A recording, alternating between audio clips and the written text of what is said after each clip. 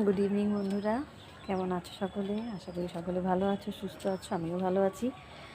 আজকে অনেকদিন পরে ছাদে এলাম। আসলে ওয়েদারটা একটু ভালো, এই দেখো সবে একটুখানি বৃষ্টিটা সবে হয়ে গেল। এখন বৃষ্টিটা হয়ে একটু বন্ধ হয়েছে, চতুর্দিকে পুরো ভিজে। দাঁড়াও তোমাদের দেখাই একটু কীরকম বৃষ্টিটা হয়েছে।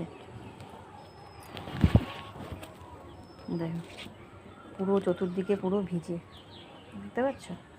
পুরো ভিজে হয়ে আছে একদম।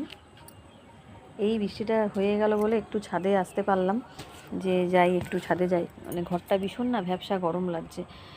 ওয়েদারটাও ভালো না, মেঘলা মেঘলা করে আছে তো, তাহলে সেই জন্য পুরো ভ্যাপসা ভেতরটা গরম, থাকতে পারছিলাম না। সেই জন্য ছাদে একটু হাওয়া খেতে এলাম। ঘরটা ভীষণ গরম, আর সকাল থেকে সারাদিন তো ফ্যানই চলছে, ওটা একটু বন্ধ করে, আর এখন এসিতে চালাতে পারছি না, তাহলে ওই জন্য বন্ধ টন্ধ করে দিয়ে একটু ভাবলাম চলো ছাদে ঘুরে আসি।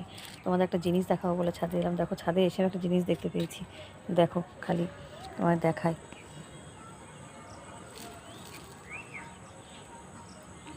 আসছে কিন্তু কতটা আসছে আমি জানি না, বুঝতে পারছি না।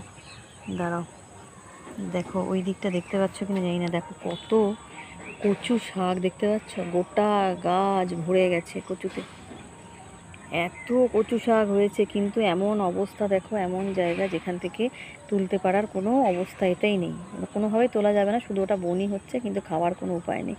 কিন্তু জানোই তো কচু শাক খেতে কতটা ভালো লাগে।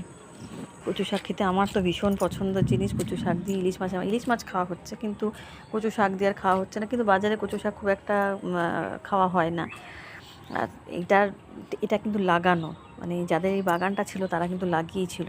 তারা তো আসে না, জঙ্গল পরিষ্কারও করে না। কচু শাকে দেখো ভরে গেছে একদম। তা কী করা যায়? তোলার উপায় নেই, যা জঙ্গল, সাপ খুব ঢুকে বসে থাকবে। কচু শাক খেতে গেলে সাপের মুখে চলে যেতে হবে। তাই সেই জন্য দেখো কি সুন্দর লাগছে না, দারুণ কচু শাকগুলো হয়েছে।